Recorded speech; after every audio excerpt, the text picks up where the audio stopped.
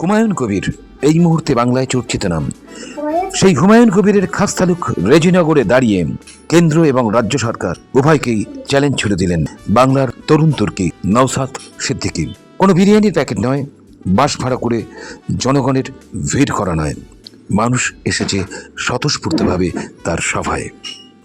শাসক বলুন আর প্রধান বিরোধী দল বলুন, তাদের সভা সমাবেশ করতে গেলে বিরিয়ানির প্যাকেট গাড়ি ভাড়া দিয়ে মাঠ ভর্তি করা যায় না, আর উল্টে ইন্ডিয়ান সেকুলার ফ্রন্টের ডাকে যারা উপস্থিত হয় গাঁটের টাকা খরচ করে তারা উপস্থিত হয়। ধন্যবাদ জানাই আপনাদের। আমরা আপনাদের দেখে লড়াই করার সাহস আরো বাড়ছে আমাদের।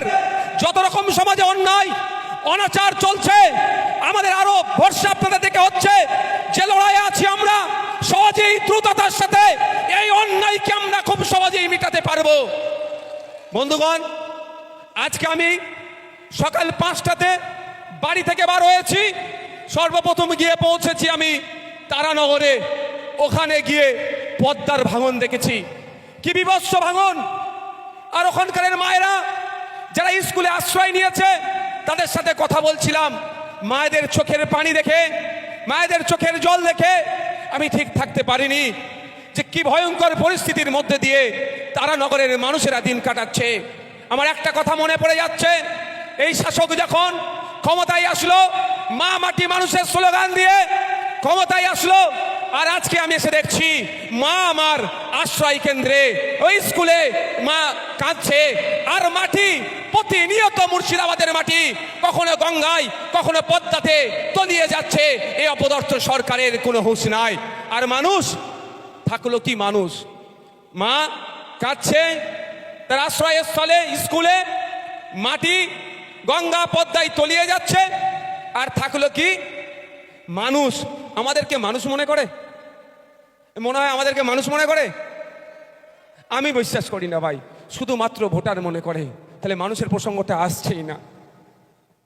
আমি ঘুরে আসলাম ওখান থেকে। আমি আপনাদের বলি, ওই প্রসঙ্গ একটু ছোট্ট করে বলবো। গিয়ে দেখলাম প্রায় 138টি পরিবার ধ্বংস হয়ে গিয়েছে। এই রিসেন্ট 2-1 মাসের মধ্যে আরো পরিবার হয়তো ধ্বংস হতে পারে যদি সরকার না সদর্থক ভূমিকা নেয়। একদিকে শুভেন্দু অধিকারী বড় বড় কথা বলে, জ্ঞান দিয়ে বেড়াচ্ছে। আমি এই মঞ্চ থেকে শুভেন্দু অধিকারী দিল্লির নেতাদেরকে বলতে চাই, পদ্মা হচ্ছে আন্তর্জাতিক একটা নদী।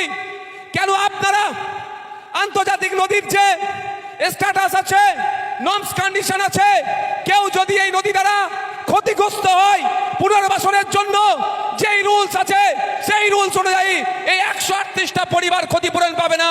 এই নিয়ে আপনি একবারও কথা বলতে দেখছি না কেন? হিন্দু ভাই ভাই গল্প শোনালেও যে 138টি পরিবার ক্ষতিগ্রস্ত হয়েছে, ওখানে আমার হিন্দু আমার মুসলিম সমাজের মানুষরাও আছে। অন্তত ওই অপদার্থ শুভেন্দু অধিকারী ওই আমার হিন্দু ভাইদের অন্তত কথা বললে তাও মনে একটু শান্তি আসতো, সেটাও বলেনি। আর আমাদের সাথে সাথে বলছি, পশ্চিমবাংলায় একটা বড় চর্চিত পর্যটন কেন্দ্র হচ্ছে দীঘা। দীঘাতে আমরা অনেকেই কম বেশি গিয়েছি বা তার ভিডিও দেখেছি। মাঝ সমুদ্র থেকে যেভাবে ঢেউ এসে পাড়ে আছড়ে পড়ছে, দীঘার কি পার ক্ষতিগ্রস্ত হয়েছে? একটু আওয়াজ দেবেন আপনারা। তাহলে যদি ঢেউ আছড়ে পড়লেও ক্ষতিগ্রস্ত না হয়, কারণটা কি? ওখানে কংক্রিটের বাঁধ নির্মাণ করেছে, বিজ্ঞানসম্মতভাবে বাঁধ নির্মাণ করেছে, বিজ্ঞানসম্মতভাবে বাঁধের রক্ষণাবেক্ষণ করছে বলে ওখানকার পাড় ধ্বংস হচ্ছে না, ওখানকার মানুষ ক্ষতিগ্রস্ত হচ্ছে না। যদি দীঘায় কংক্রিটের বাঁধ নির্মাণ করে ওখানকার মানুষকে বিপদের হাত থেকে বাঁচানো যায়, কেন মুর্শিদাবাদ, কেন মালদা, নদিয়ার একটা অংশের মানুষকে ওই কংক্রিটের বাঁধ নির্মাণ করে এই বিপদের হাত থেকে রক্ষা করবে না? তাহলে মানুষের সাথে, মুর্শিদাবাদের মানুষের সাথে, তারানগরের মানুষের সাথে, মালদার মানুষের সাথে, নদিয়ার মানুষের সাথে বিচারিতা হচ্ছে না ভাই?